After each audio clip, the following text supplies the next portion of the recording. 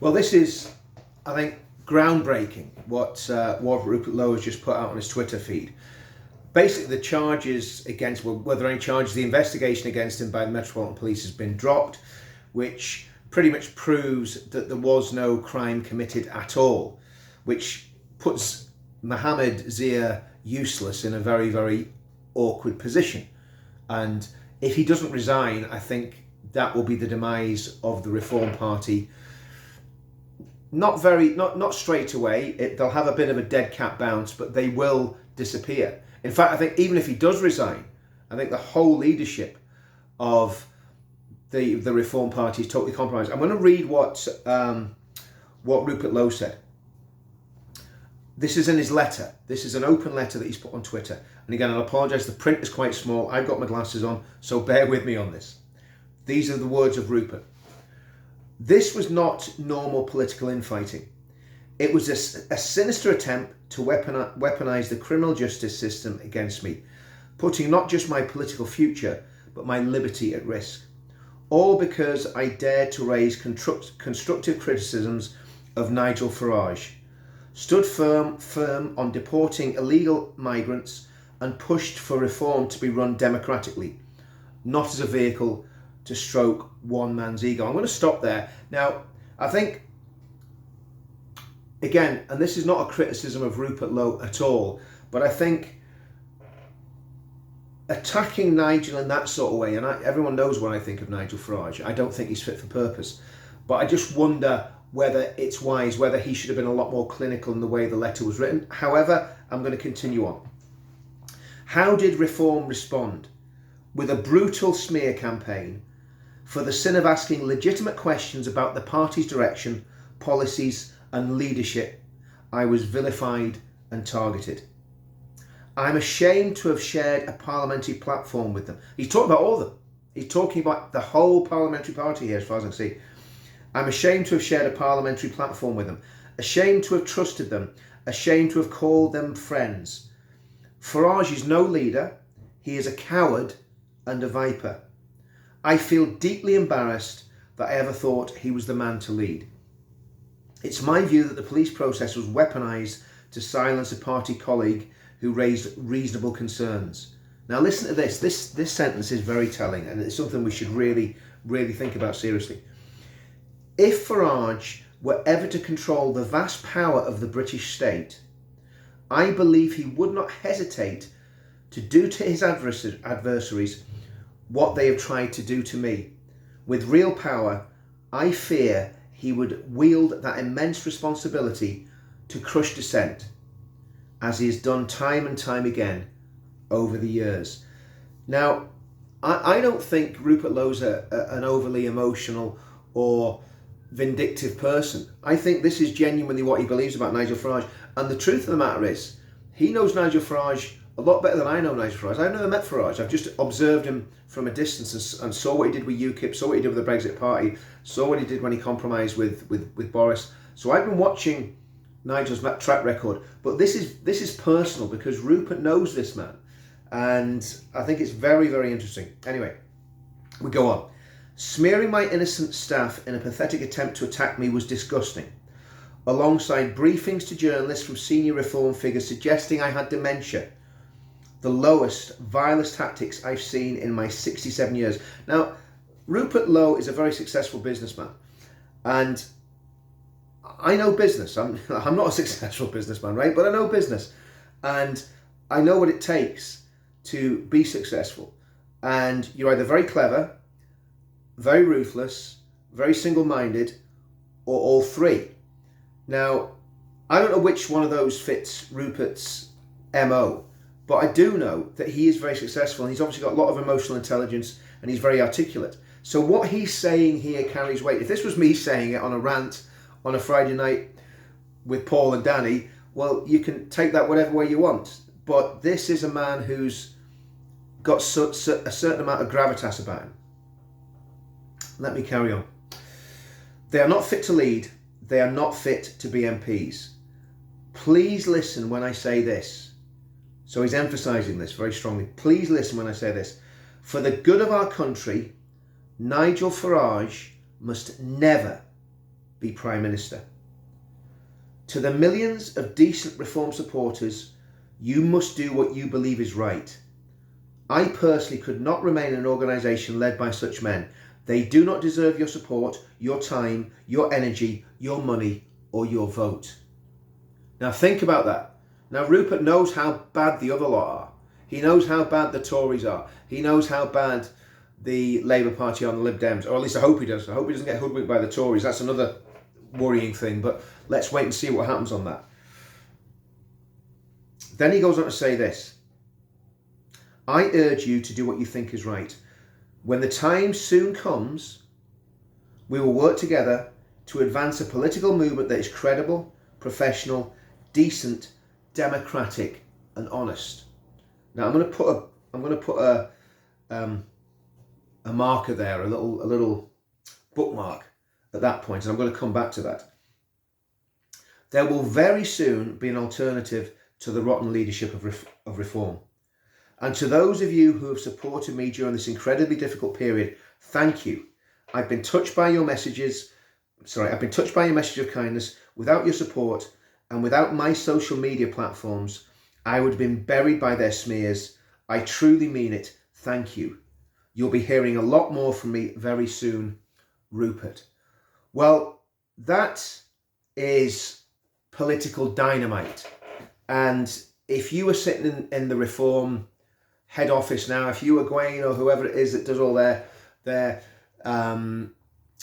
I was going to say skullduggery, but that's probably not the word, the PR and the publicity, you would be panic stricken by that, because that's not coming from an outsider. That's not coming from someone who's far left or far right, or even just a guy like me that likes to have an opinion, and because I've got a few people following me on YouTube think I'm probably more important than I am. That is from one of the most prominent politicians on the right in the UK. And it's very, very important that we understand what he's saying there. I've been saying to people, I don't trust Reform, I don't trust Nigel, I don't trust Zia Yusuf. I've been saying that for a long, long time. But this is very interesting what Rupert has said. And I want to go back to those points that I was talking about. So this is a thing that really interests me.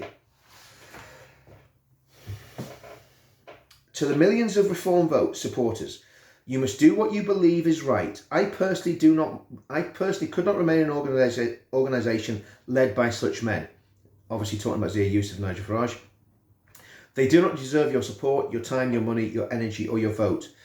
I urge you to do what you think right. When the time comes, we will work together to advance a political movement that is credible, professional, decent, democratic, and honest. There will very soon be an alternative to the rotten leadership of Reform. So what does that actually mean? What's he saying there? Well, I think it's very obvious what he's saying, that there is a new political movement afoot that is going to be there to challenge Reform. Now, as everybody knows, and I say it until I'm blue in the face, I am on the NEC of UKIP, and I've got friends that are in the SDP. I've got obviously loads of friends in UKIP. I've got friends in a lot of the other smaller parties. But my point is, there does need to be a coming together to challenge the narrative that Reform is the only alternative on the right. Because the more I see of Reform, the more I agree with everything that Rupert Lowe says there. And I've felt this for a long time. If you watched when I was doing stuff with Paul Thorpe and Danny, I was at it all the time. No, Reform's not the answer. Reform's not the answer. Reform's not the answer. And again, very reluctantly, I said, well, if you're stuck, vote Reform. And I shouldn't have done that before the last general election, because I was really going against what my conscience was saying and what I actually believed. So I apologise to everyone for that, for telling people to vote Reform before the election. But really, what option was there? Anyway, that's history. There's no point in talking about that. But here's where the rub is. What we're trying to do with UKIP cannot be ignored. And this is where I think, and it's a direct appeal to Ben actually, and to Rupert and to the people round Ben and Rupert. There needs to be, and I haven't spoken to UKIP on this either, so UKIP may not be happy with me saying this, right? So, but this is just me as a personal individual. To me, there needs to be some sort of meeting of minds of the SDP, UKIP, Reform, because the structure there in the SDP and in UKIP, and there's a lot of enthusiasm around UKIP in our movement, including me. But again, I'm not naive or stupid enough to think that as things stand, that UKIP could charge off and win the next general election in its current form. It can't. In fact, I don't think Reform can or will either when the time comes. I think things will be different because obviously this is not going to go away. So what needs to be built is some sort of coalition, whether it is a coalition of different parties coming together under a movement. And I keep going back to it. I keep thinking about the pledge and the importance of the pledge, because the pledge is the one thing that could unify all the people in our movement. Because Ben signed the pledge. As far as I know, the guys in UKIP, maybe it's a couple of dissenters, but most people think the pledge is a good idea.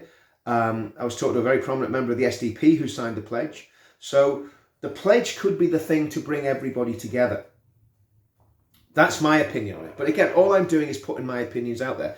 And we've got tens of thousands of people in the pledge, and we know exactly where they all live because we've got the postcodes. So the truth of all this is that the right is still in a state of flux. And yes, Rupert and Ben and a few others could go off on their own and pull everybody in that direction. But would that be the right thing to do? Would it not be better for lots of the different parties who do share the same things? I mean, obviously I'd have nothing to do with the genuine far righters. I've always said that, and people know which parties they are. I've named them till I'm blue in the face. But I'm thinking specifically of UKIP and the SDP and whatever Ben and Rupert are doing. And that's my appeal is should there be talks now? And maybe there are, and I don't know about them. Again, I've been very disengaged because of personal issues, but all I'm doing today is putting forward my thoughts on what's happening. To me, reform's not fit for purpose. And 4 years is a very long time in politics, in the febrile atmosphere that we're living in.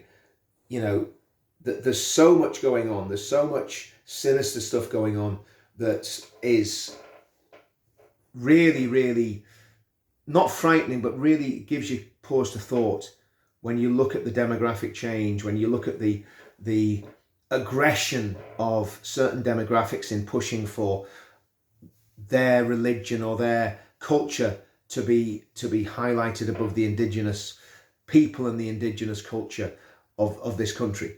And I'm talking about religious culture there, because obviously to me, everything, all culture comes out of religion. People say politics is downstream of culture. Culture is downstream of religion.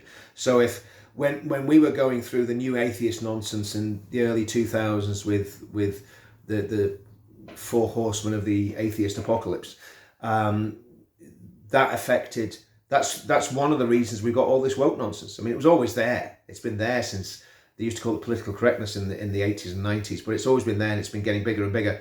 But with a direct challenge to religion and with a real fall away in religious belief in probably the past 20 years, that's had a massive impact on what's gone on in our culture. And then obviously what's gone on in our culture has moved into the political realm, along with the demographic change, because the demographic change is having a massive impact on Parliament. The fact that we've got, I think it's 5 MPs, I think 4 of them are Muslim, I think the other one's, is Corbyn part of their lot, possibly. We've got 5 MPs in Parliament who stood on a pro-Palestinian ticket. I mean, whatever you think about that conflict, it's absolutely nothing to do with domestic politics in the United Kingdom. And yet they won 5 seats. And that's what Reform won. You know, Reform got 1 back, but they lost Rupert. So Reform were down to 4. So there's a massive amount of work to be done by everybody. And all I'm doing is putting thoughts out there. I'm not speaking on behalf of UKIP. I'm not speaking on behalf of anybody. I'm speaking on behalf of myself and just putting my thoughts out there as a commentator. I support UKIP. I'm committed to UKIP, and that's where I stand. But what I'm saying to everybody else in this political movement that we're in, because I don't count the movement as reform. Reform is one of the vehicles. UKIP is one of the vehicles. The movement is the movement to save the country. And I keep going back to, I think the pledge is far more important than any political party, because that's the ideology and the cultural belief system to undergird any change that's going to be made in the country. So let me know what you think in the comments. Let me know what you think this is going to mean for reform. Like and subscribe to the channel. Again, share the video if you like it. If you think it's an important video, if you think my commentary is important, if you think it's a load of rubbish, tell me you think it's a load of rubbish.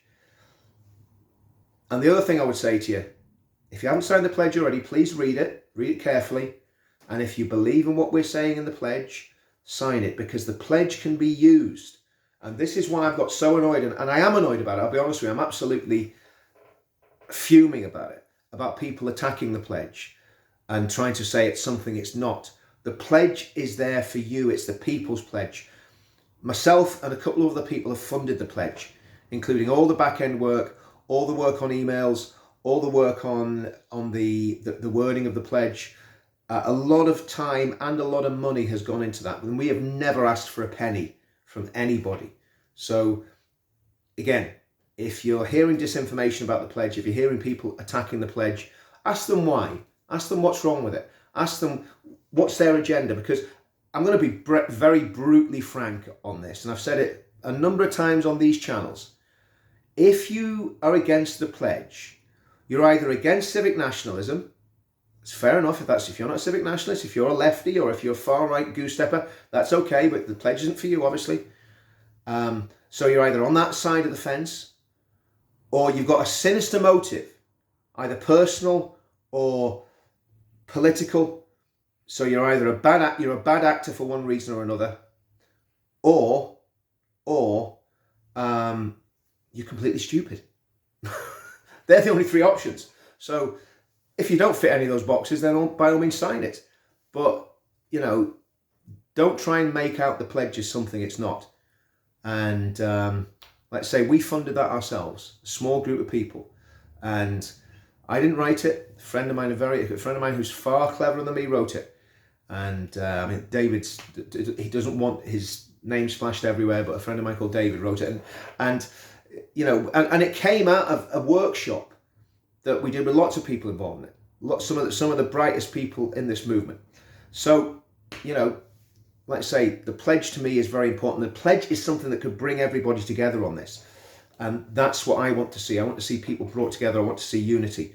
And you can't have unity with everyone, because again, you cannot legislate for stupid, can you? You know, so if people are just going to be dumb, that's up to them. But if you're genuinely sincere about wanting to save the country, I would ask you, just read the pledge, and if you agree with it, sign it. If you don't agree with it, that's fine. But don't tell lies about it, and don't slander the people that were involved in it. Because, again, this is all part of the deep state plot to stop us doing what we need to do and to destabilise the country. That's a longer video than I was expecting it to be. I hope you enjoyed it. Like I say, like and subscribe. Counter Media is the channel that I really want everybody to go on to, because what I'm trying to do with Counter Media is, as much as possible, give a positive voice. I'm going to be talking about the pledge. I'm going to be talking about faith. I'm going to be talking about politics. I'm going to be talking about news and current events. I'm going to try to keep it light. I'm going to have some great guests. And we had a great guy last night, Reverend Brett Murphy. Absolutely superb. He's got a church up there in Morecambe, and just a great guy. And he's fully supportive of the movement. And you know, we've had some great people on, and we're going to continue to do that, do these lives. So like and subscribe to Counter Media. That's a channel. And what I want to do with Counter Media, again, I want it to be, to a great extent, egalitarian. So I want lots of different voices on there. So Shohab will be on tonight. I think we're going to say 7 o'clock. I think we'll probably go 7:30, because I'm going to go for a swim first. So 7:30 tonight. Shohab will be on the channel and talking about his experiences with the police. And Shohab's a Muslim, and he is getting persecuted. And I mean this, he's getting persecuted for being a moderate Muslim. Same as Lubna. Now, I think I've been on 2 casts with Lubna. I don't really know her, but she seems like a very decent, honourable human being who's trying to do the right thing. And she's been persecuted. And I could give you a list of Muslim friends of mine and ex-Muslims who've been persecuted, who've been attacked, sometimes by the state, sometimes by their community, sometimes violently, sometimes psychologically, sometimes spiritually. And these things are never talked about. We don't talk about the persecution of moderate Muslims or ex-Muslims or apostates or Muslims that have converted to Christianity or Muslims that have come out as homosexual. We don't talk about their persecution. And it's real and it's happening. And again, you know, while we were sleeping, all this happened. And that's why I'm continuing to do what I'm doing. Just because I'm not going to physically be at the demos, believe you me, I'll be there in spirit. And we've got to keep doing what we're doing. We've got to keep this show on the road. And it's uniting the kingdom. It's the pledge. It's a political party. And it's getting back to God and getting back to church. And again, Brett coined this phrase. I love it. Making Britain Christian again. I think that was it. Making Britain Christian again, which I think is fantastic. That's exactly what I want to do. Let's make Britain Christian again. See you all soon.